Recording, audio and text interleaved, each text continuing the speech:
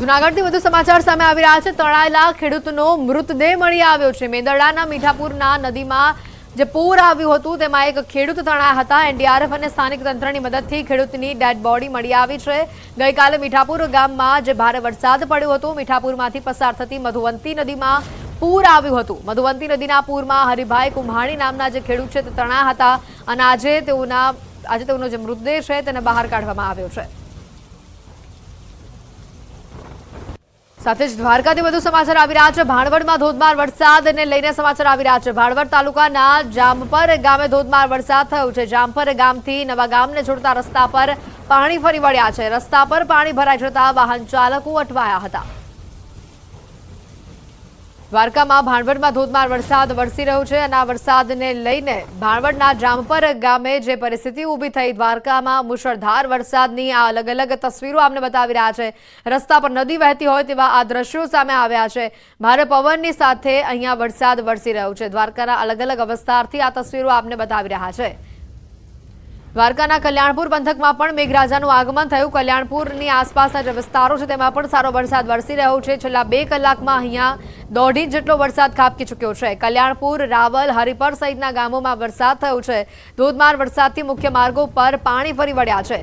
ગ્રામ્ય પંથકમાં વરસાદથી ખેડૂતોમાં પણ ખુશીનો માહોલ જોવા મળ્યો। પવનની સાથે વરસાદથી વાતાવરણમાં પણ ઠંડક પ્રસરેલી જોવા મળી।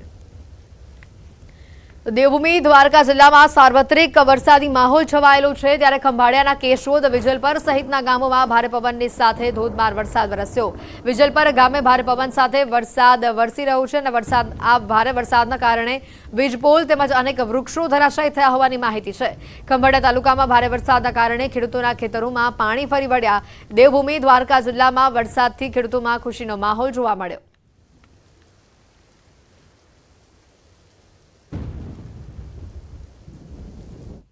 દેવભૂમિ દ્વારકા જિલ્લાના જામખંભાળિયા તાલુકાના ગ્રામ્ય વિસ્તારમાં ભારે વરસાદના કારણે ચારો તરફ ખેતરોમાં પણ પાણી ફરી વળ્યા છે। ત્યારે ખંભાળિયા તાલુકાના વિંજલપર ગામની વાત કરીએ તો તેજ પવન સાથે ભારે વરસાદના કારણે વૃક્ષો ધરાશાયી થવાની ઘટના સામે આવી છે। આપ સીધા દ્રશ્યોમાં જોઈ શકો છો, વર્ષો જૂનું તોતિંગ વૃક્ષ છે તે વૃક્ષ ધરાશાયી થયું છે। બીજી તરફ વાત કરીએ તો વિંજલપર તેમજ આસપાસના જે ગ્રામ્ય વિસ્તાર છે તેમાં વીજ પુરવઠો પણ ખોરવાયો છે।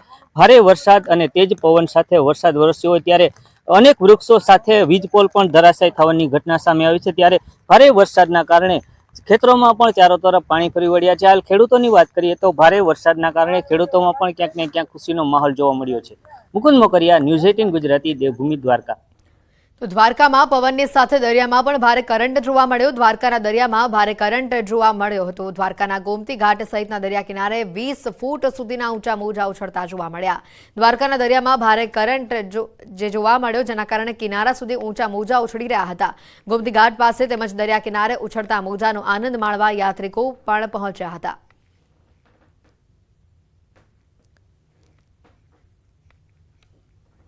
દ્વારકાના રાવલમાં પીજીવીસીએલની ગંભીર બેદરકારી આ તરફ સામે આવે છે। જર્જરિત હાલતમાં રહેલા વીજપોલ નમી ગયો।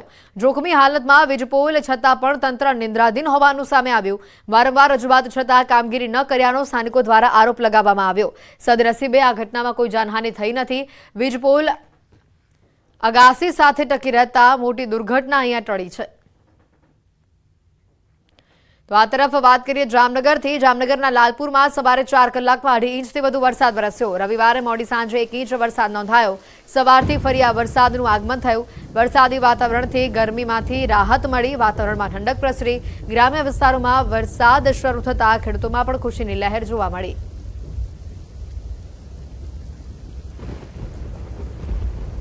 આ તરફ છોટાઉદેપુરમાં વરસાદ પડતા ડુંગર વિસ્તારમાં ભારે હાલાકી જોવા મળી છે। રોડ પર માટી ધસી આવતા લોકોને મુશ્કેલી ઊભી થઈ। 20 ગામના લોકોને અવરજવર કરવામાં મુશ્કેલી થઈ। નસવાડી તાલુકાના ડુંગર વિસ્તારમાં માટી ધસી આવી। કડુલી મવડીથી ધાર સિમિલ જવાના રસ્તા પર રોડ ઉપર માટી ધસી આવતા વિસ્તારના ગામ લોકોને હેરાન પરેશાન થવું પડ્યું। રોડ ઉપર 1 થી 2 ફૂટ ઊંચાઈમાં કાદવ કિચડના થર જામેલા જોવા મળ્યા। વાહન ચાલકોના જીવને જોખમને લઈને બાઇક પસાર કરવું મજબૂરી ભર્યું બન્યું। પરિસ્થિતિને જે પ્રકારે સર્જાઈ, મોટા વાહનો અહીંયા નીકળી ન શકે તે પ્રકારની પરિસ્થિતિ ઊભી થઈ। અચાનક એમરજન્સી સેવાની જરૂર પડે તો કઈ રીતે અહીંયા આવી શકે તે પણ હાલ મોટો સવાલ ઊભો થઈ રહ્યો છે। बहुत खराब છે।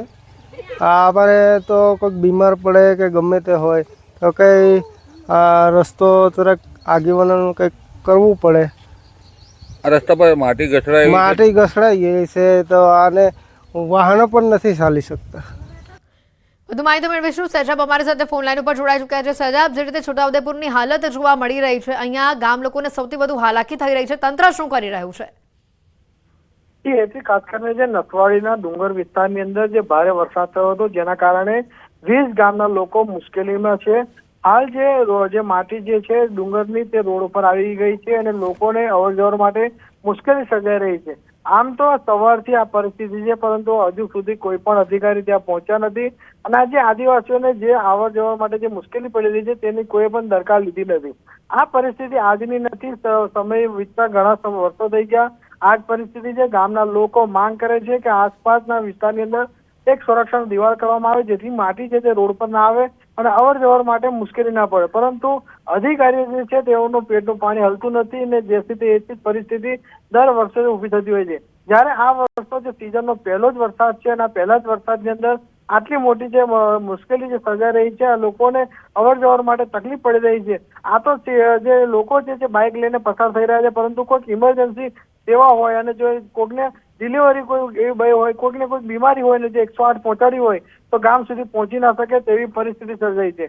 આમ તો આ જે રોડ જે છે રોડ પર 2 ફૂટ જેટલું કાદવ આવી ગયું છે અને કડોલી મોડીથી ધાર સિમલ જવાનો જે આખો રસ્તો છે તેમાં માટી જોવા મળી રહી છે, જેના કારણે લોકોને મુશ્કેલી સર્જાઈ રહી છે. જી સજાબ, આભાર માહિતી બદલ.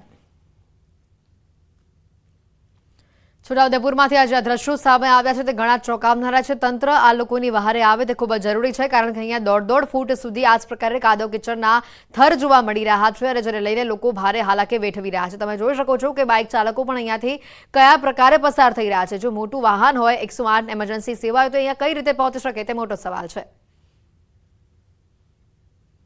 ચોમાસાની ઋતુમાં રસ્તા પર પાણી ભરાવાની સમસ્યા ઊભી થતી હોય છે, ત્યારે રાજકોટ શહેરમાં વરસાદે તંત્રની પોલ ખોલી નાખી છે. માત્ર 1 ઇંચ વરસાદમાં જ પોપટપરા નાલામાં પાણી ભરાઈ ગયા હતા. ચોમાસામાં દર વર્ષે પાણી ભરાય છે, પરંતુ હજી સુધી પાણી ભરાવાની સમસ્યાનો કોઈ ઉકેલ આવ્યો નથી. દર વર્ષે તંત્ર પાણી નિકાલનો ઉકેલ લાવવાના દાવાઓ કરે છે, પરંતુ ચોમાસું આવે એટલે સ્થિતિ તેની તે જ નજરે પડે છે.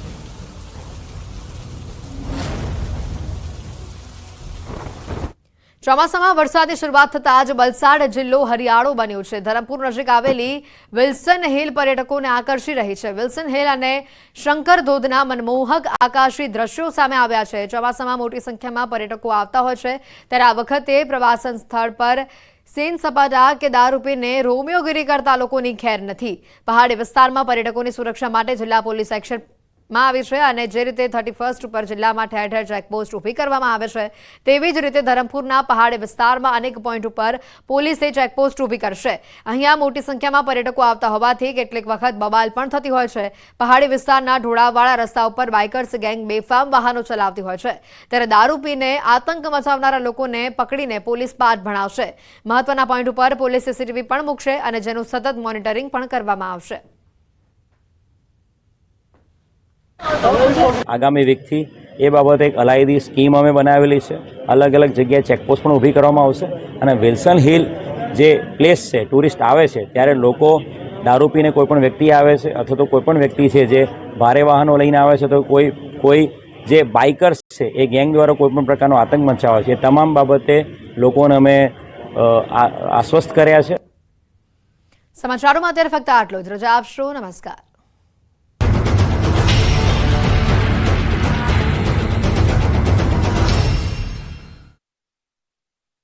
જોયું છે વહેતી હોય તેવા દ્રશ્યો જોવા મળ્યા. ગોઠણસમાં પાણી ભરાઈ ગયા. ધોધમાર વરસાદથી વાતાવરણમાં ગરમી ઓછી થઈ.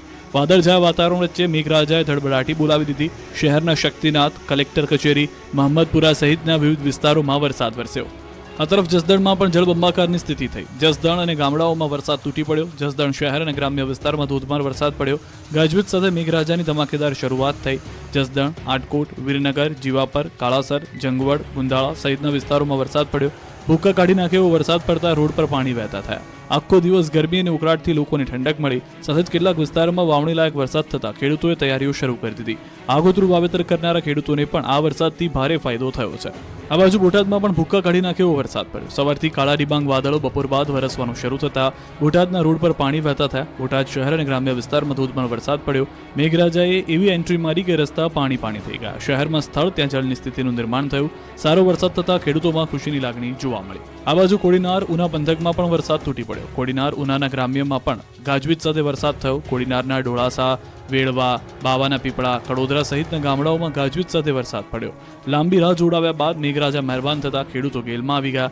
બાળકોએ નહાવાની મજા માણી. આ તરફ અમરેલીમાં પણ મેઘરાજા અનરાધાર વરસ્યા. અમરેલીના ખાંભા, રાજુલા અને જાફરાબાદ પંથકમાં વરસાદની બ્રેક ફેલ થઈ ગઈ હોય તેમ તૂટી પડ્યો. ખાંભાના ભૂંડણી, ત્રાકુડા, ડેડાણ, રાણીકપરા, ભાવરડી સહિતના ગામોમાં મેઘરાજા મન મૂકીને વરસ્યા. સાંબેલાધાર વરસાદથી જાફરાબાદના વડલી, ભાડા, ટીંબી સહિતના ગ્રામ્ય વિસ્તારોમાં તોફાની વરસાદ પડ્યો. આ બાજુ અમરેલીના લાઠી પંથકમાં પણ ધોધમાર વરસાદ વરસ્યો. લાઠી શહેરમાં સવારથી મેઘરાજાએ મંડાણ કરતા રોડ પર પાણી વહેતા થયા. ભારે બફારાથી લોકોને રાહત મળી. સમગ્ર જિલ્લામાં વરસાદી માહોલથી સર્જાતા ખેડૂતો રાજીના રેડ થઈ ગયા. આ દ્રશ્યો છે અમરેલી શહેરના. અમરેલી શહેરમાં પણ તોફાની વરસાદ પડ્યો.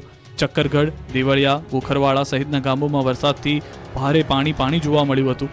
તો અમરેલીના ધારીમાં પણ મેઘરાજાએ ધબધબાટી બોલાવી. ધારી, જર, મોજર, પરબડી, આંબરડી, દહેડામાં ધોધમાર વરસાદ પડ્યો. વાવણી લાયક વરસાદ પડતા ખેડૂતોના જીવમાં જીવ આવ્યો. સુરેન્દ્રનગરના ધાંગધ્રા અને સાયલા તાલુકામાં વાતાવરણમાં પલટો જોવા મળ્યો. અસહ્ય ગરમી અને ઉકળાટ બાદ વરસાદનું આગમન થયું. ધાંગધ્રા શહેર અને સાયલા તાલુકાના ગ્રામ્ય વિસ્તારોમાં વરસાદ પડ્યો. ધાંધલપુર, ધમરાસળા, ટીટોડા, સખપર, ઢાકણિયા સહિતના આસપાસના ગામોમાં વરસાદથી ખેડૂતો ખુશ થઈ ગયા. વરસાદના આગમનથી કપાસ સહિતના પાકના આગોતરા વાવેતરને નવજીવન મળ્યું. તો ગોંડલમાં પણ ગાજવીજ સાથે તૂટી પડ્યો વરસાદ. ગોંડલ શહેર અને તાલુકાના નાકડકા, મહિકા સહિતના અનેક ગામોમાં વરસાદે મંડાણ કરતા રસ્તાઓ પર પાણી ફરી વળ્યા. સૌરાષ્ટ્રમાં સાર્વત્રિક ચોતરાફાળ વરસાદથી ખેડૂતોની ખુશીઓનો કોઈ પાર નથી રહ્યો. અમરેલી જિલ્લામાં તો સૌથી વધુ મેઘરાજા મહેરબાન. લૂબી પમ્પ્સ, ફ્લો નહીં ફોર્સ.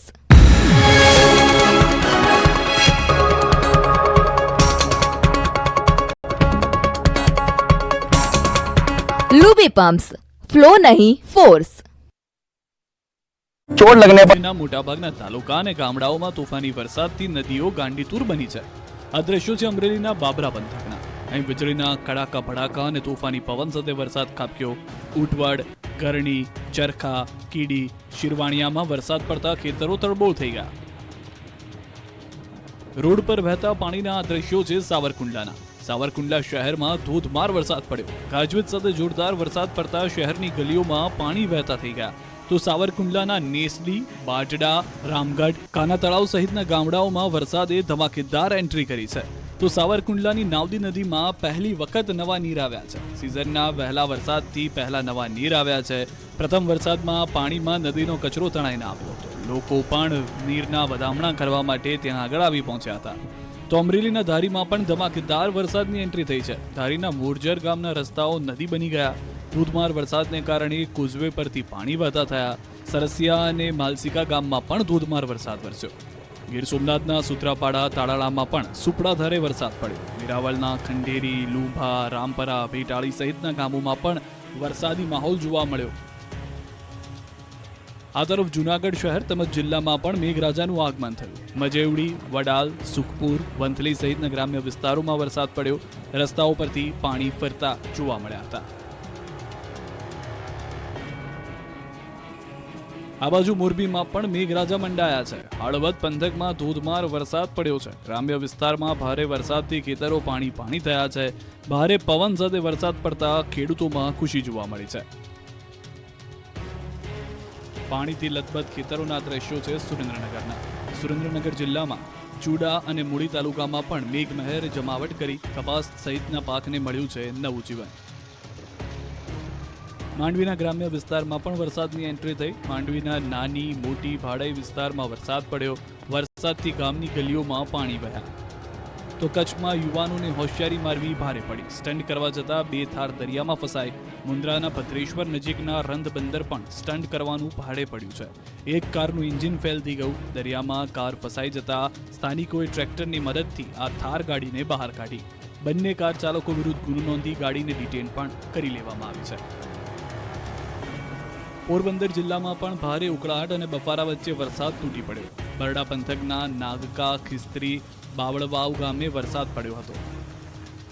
ભાવનગરમાં પણ મેઘરાજાએ ભૂક્કા બોલાવ્યા છે. જિલ્લાના પાલીતાણા શહેરમાં વરસાદ તૂટી પડતો જોવા મળ્યો હતો. પાલીતાણાના સોનપરી, ખેટી, દુધાળા, નાનીમાળ, કંજરડા ડેમ, ભૂતિયા, મોટી પાણીયારી, અનીડા સહિતના ગ્રામ્ય વિસ્તારમાં વરસાદ પડ્યો. વરસાદની આ તસવીર જોઈ રહ્યા છો તે ડાંગની છે. ડાંગના વઘઈ સહિત આસપાસના વિસ્તારમાં પણ વરસાદ પડ્યો છે. ભારે બફારા બાદ વરસાદ શરૂ થતાં લોકોએ ગરમીથી રાહત મેળવી.